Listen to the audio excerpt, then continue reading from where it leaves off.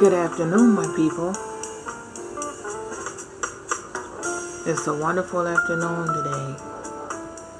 Approaching 90 degrees in Michigan. I'm enjoying reading my book with you. The last time I was beginning tyranny. So I'm going to get started talking about tyranny. I'm reading straight from the book. I'm not taking from the book or adding to the book. Color and the Afro-Asian Intellectual in Daedalus by Edward Shills.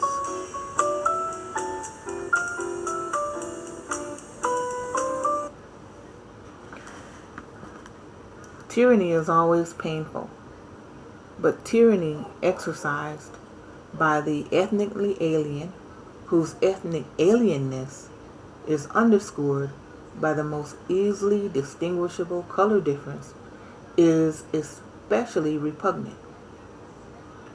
In Asia and Africa, the illegitimacy of an ethnically alien tyranny is almost all gone now. Why does it rankle so much in the hearts of Afro-Asian intellectuals? They are no longer being exploited, maltreated, or insulted by white men in their own countries. Why do they still feel the slights directed against their fellow colored in the few parts of the world still under colonial rule, or in the United States or in the United Kingdom? Their feeling of being excluded from the center, of being treated contemptuously as inferiors, of having their weakness rubbed in, comes to a tormenting focus in their awareness of the differences in color between themselves and the white men at the center. The injurious actions explicit in policy and custom, the studied insults implicit in policy, and the random insults of individuals are wounding to those who experience them and to those who identify with the wounded.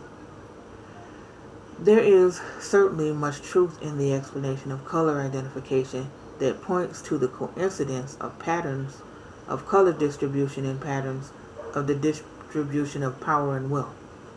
The coincidence of color with inferior positions in the various distributions in colonial societies and predominantly white societies and in world society reinforces, some would say, generates the interpretation of color identity as a variant of class identity.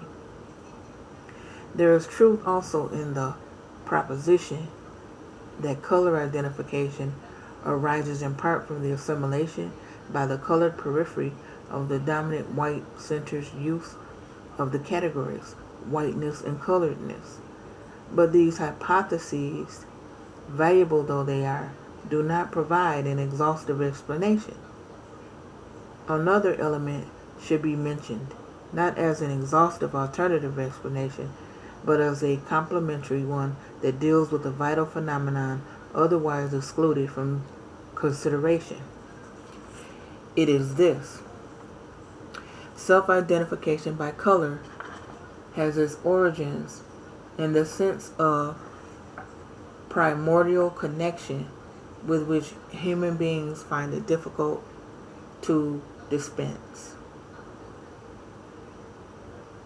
So the next time I will be reading about the prominence and ubiquity of self-identification by kinship connection and territorial location. That's what we're going to be reading about the next time. So I hope you enjoy my paragraph today. Now I gotta go and drink my cup of coffee, my last cup of coffee for today. And I want you to have a black-tastic day. Black power.